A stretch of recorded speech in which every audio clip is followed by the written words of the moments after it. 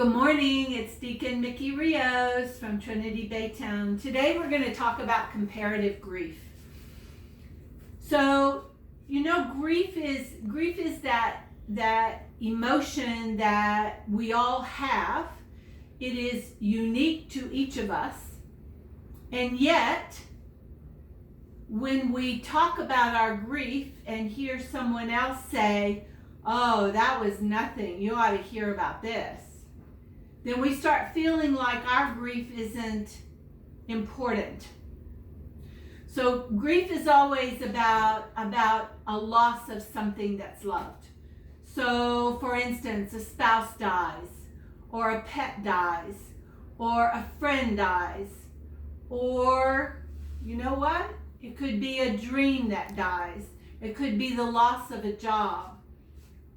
For kids right now, the ones who are going to graduate and are missing walking across the stage or are missing their senior prom. I've heard people say, well, at least they're not going to Vietnam like I was. It doesn't matter. Everyone's grief is unique to them. And when you hear somebody say, well, at least, you need to stop listening right then. Because that's going to be comparing your grief to someone else's grief, and it's not healthy and it's not good. I have heard people say in a grief group, well, I probably shouldn't even be here because everybody else is having a worse time than me. We're not seeing who has it worse and who has it better. What we're saying is, I lost something that was dear to me and I hurt.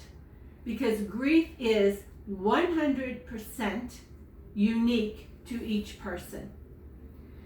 Sometimes you'll hear someone say, well, I had a miscarriage at 2 months, let's say. And somebody else will say, just because they think they have to say something, they might say, well, at least the baby wasn't here. You hadn't had time to build that relationship. Again, that's not helpful. It is actually hurtful because people start feeling like their grief isn't bad enough to feel. Right now, people are grieving their jobs. People are grieving their illness. People are grieving the fact that their routines are different than they always have been before. That's okay. Talk about those feelings. Talk about your grief. Journal about it. Journal how you're feeling. But please, do not compare that your grief is worse or better or not as bad as someone else's, because that's just not true. So, grief is grief. And we cannot know the extent of someone else's pain or sorrow. When we are in a time like we are right now, everything seems focused on this virus, and as it should be. But that doesn't mean our lives stop. It doesn't mean that we don't have pain that we need to talk about.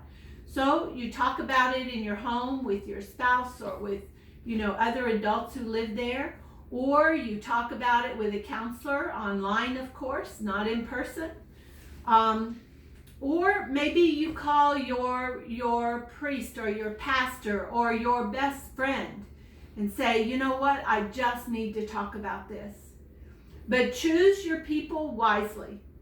Choose someone who will listen and say, oh my gosh, I am so sorry you're feeling that way.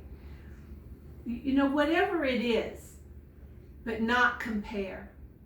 Because no one knows your grief but you, and you have to work out your own grief. You have to decide when you want to talk about it, when you want to write about it, how you're feeling. There are some times when grief becomes really overwhelming.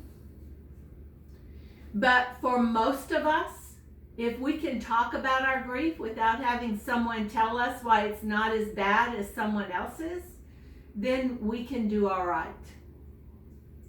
Every grief is 100% unique to that person. Every grief is unique to that person. If you have any questions, if you have any comments, you are welcome to post them here on Facebook or message me privately. I will be happy to talk more with you. Thank you for listening.